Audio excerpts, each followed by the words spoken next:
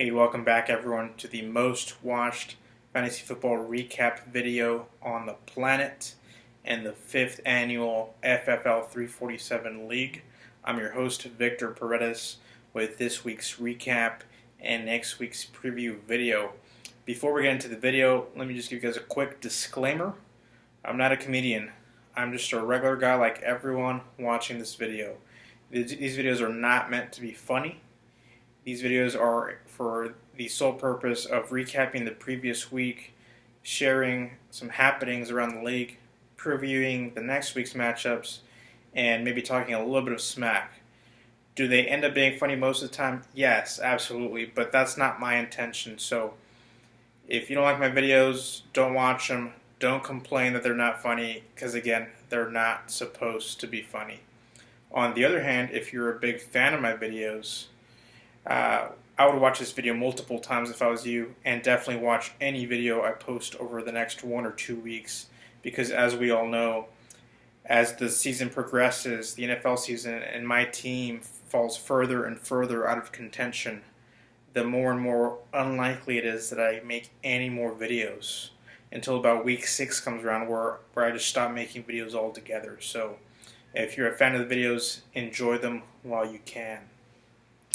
Before we go into the recap and the preview, just a little housekeeping with some changes that are taking place in the league this year. Of course, we decreased the number of teams from 16 teams back down to the regular 12 teams. We're going to play each opponent, each other person in the league one time. So the first 11 weeks, you'll play the other 11 people in the league exactly once. And week 12 will be the flex scheduling week like we've done in the past. So if you're tied for your division lead with someone else, you will play them that last week. And in those last week's matches will hopefully help us determine the correct winner like we've done in the past. $150 buy-in this year. $25 of that buy-in is going into a bad beat jackpot, total of $300. Shout out to Joe Gianosa for coming up with that idea.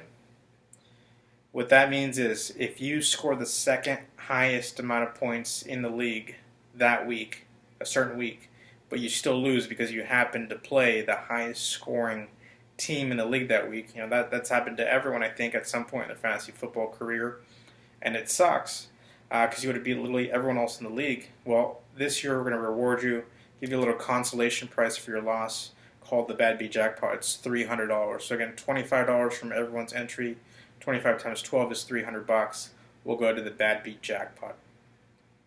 If, for whatever reason, the Bad Beat Jackpot is not hit at all during this season, we will just add that $300 to the regular prize pool. The regular prize pool, right now, without the Bad Beat Jackpot, is $1,500, which is $125 times 12, $1,500. The way we're going to break that down is first place will be $800, second place will be $450, and third place will be $250.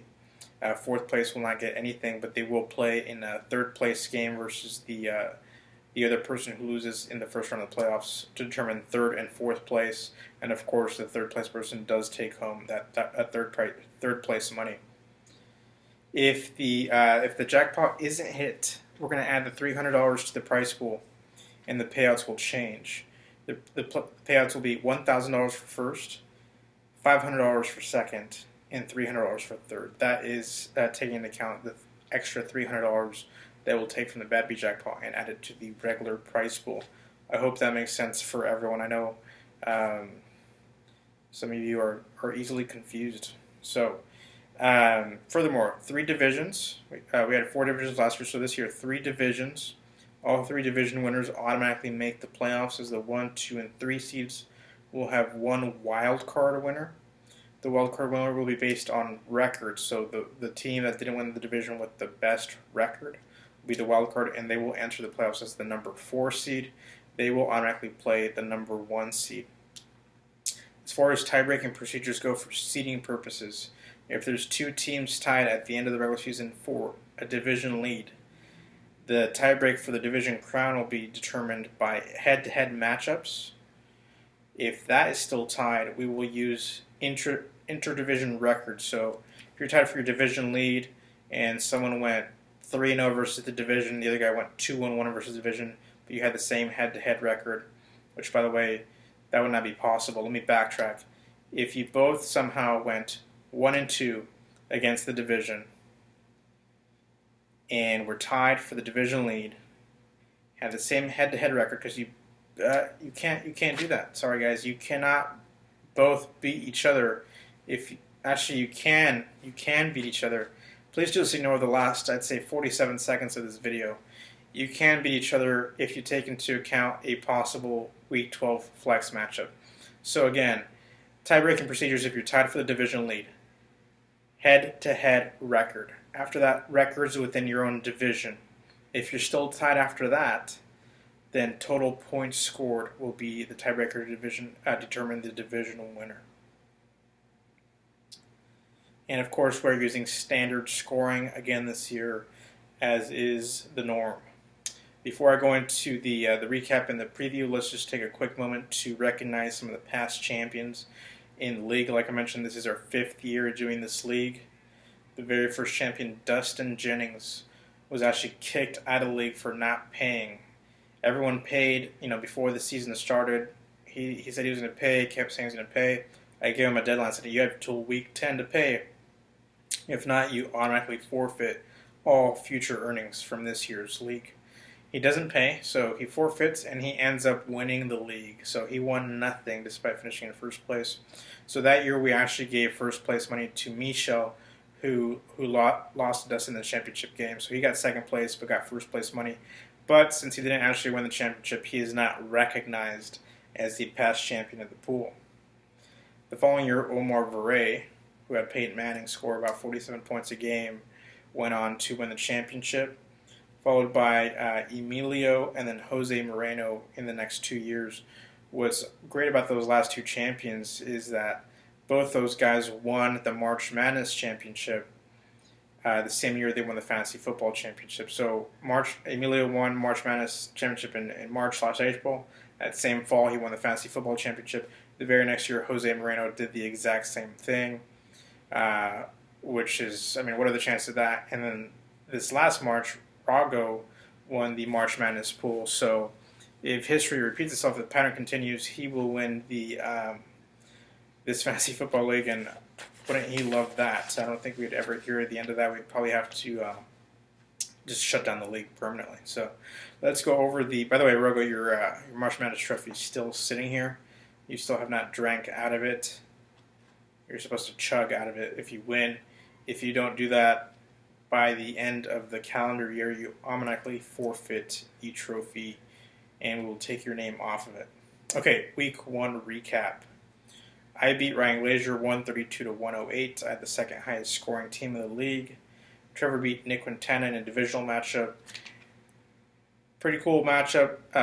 Like I mentioned earlier, we set up the divisions based on who your favorite team is. Both these guys are in the Cowboys and 49ers fans division. They're the only two 49ers fans in the whole league, which is odd. There are 12 people, and only 2 of the 12 are 49ers fans. You think that would be a higher number. It's not. They happen to play each other in the first week. Joe beat Omar 102-95. Joe's bench scored 83 points. That is a lot. Rago scored 133, beat me for the highest scoring team by 1 point. He destroyed Kyle by a total of 40 points. Jameson, he beat the defending champion Jose Moreno.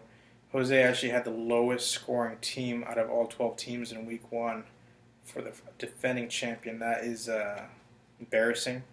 And then Lucas beat Michel in the Toilet Bowl. Now, if that sounds familiar to you, it's because Michel plays in the Toilet Bowl, I'd say every other week, maybe once every 3 weeks. I don't know how. He knows by far the most about fantasy football out of anyone in this league. I'd say he knows more about fantasy football than the rest of us combined. I feel confident saying that. He's in about 14 different leagues, does about 47 mock drafts for each one, yet seems to always field the shittiest team ever in this specific league.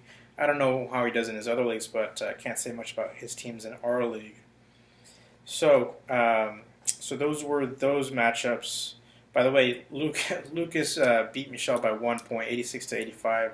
They were the second and third lowest scoring teams in the league last week. It was almost a reverse bad beat jackpot. It was almost the second worst team beating the worst team. Luckily, Jose Moreno was the worst team. You don't get anything for a reverse bad beat jackpot, but it'd still be cool if someone hit that. I touched on the divisions earlier. The Cowboys and 49ers fans division, they went 3-1. The NFC North fans, which includes 2 Packers fans, Jameson and Ryan, a Bears fan, Jose Moreno, and a Lions fan, Joe Gino, so they went 2-2. And the AFC fans division went 1-3.